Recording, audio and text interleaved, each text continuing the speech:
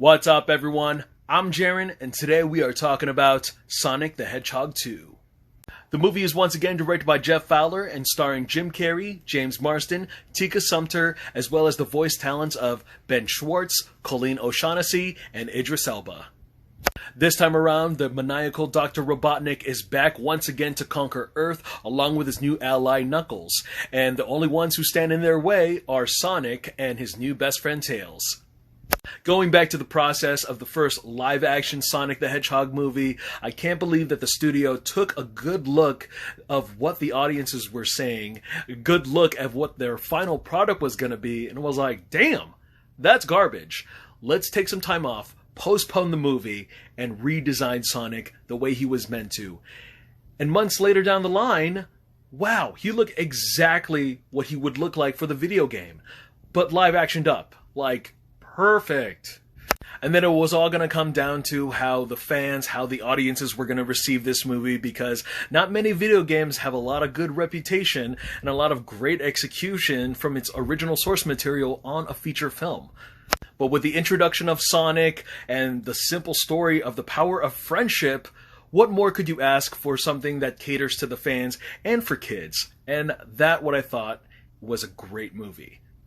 The sequel was already in the works. You can tell by the end credits of the first movie that we were already destined to get a sequel. And right here, it picks up directly where the story left off, where Robotnik is, how Sonic is living his life, and there's a lot of pressure because it is a sequel. With Dr. Robotnik's motives, I was afraid it was going to feel a little repetitive. With Knuckles and Tails coming in, I was afraid it was going to be a little over-bloated, but there was a nice balance with all of that, and I could not ask for a better sequel as far as video games go. Since the first movie, I kind of love where our characters are at. We have Sonic, who just wants to be a hero to society, wants to be more than just a guy who can run fast, but he still is a kid, so there's a lot of responsibilities he's not taking into account to. And then we have Dr. Robotnik, who wants to do more than just rule the world. He wants to make it. He wants to destroy it. And then put it back together again, because it is his own pearl in the shell. So we are first introduced to Knuckles, who's my girlfriend's favorite, and also the voice of Idris Elba. And he ends up meeting Dr. Robotnik for the first time. They partner up to go on a search for the Emerald Stone and get revenge on Sonic. And then we are introduced to Tails, who's played by Colleen O'Shaughnessy, and he ends up coming to Earth to warn Sonic of the imminent threat, and then gets tangled up into Sonic's big adventure. And I thought that was pretty cool to actually see both characters actually peel away at a lot of their emotions, a lot of their backstories, and you get to see a lot of their capabilities of where it kind of stands between how Sonic can run really fast, Tails can fly, and Knuckles, well, he's just so powerful that when he shakes your hand, he might crush it. And just like every sequel promises, it delivers a lot more action than the first one. Definitely a lot more intense on the fight scenes.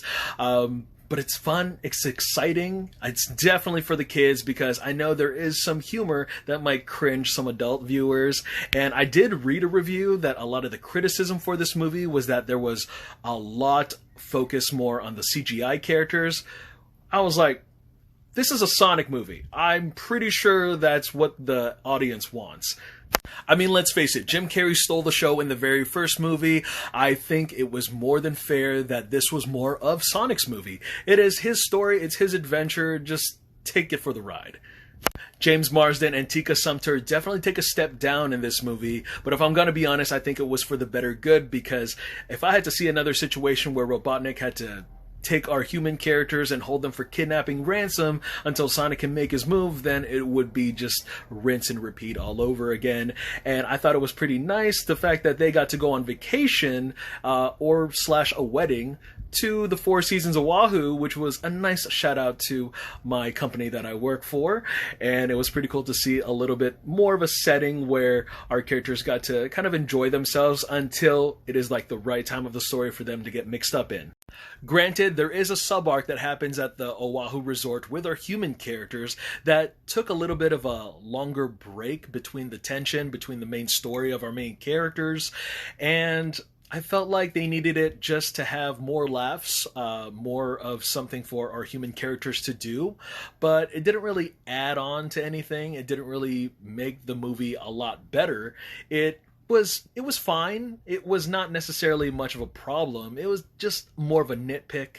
Other than that, I felt like we got two big showdown finales that really caters a lot to the fans, especially little Easter eggs and little quips and visual treats of the video games itself.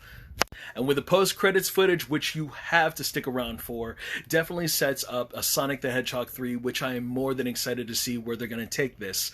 And in some recent news, and a sad news actually, that Jim Carrey is deciding to retire from acting all in its entirety.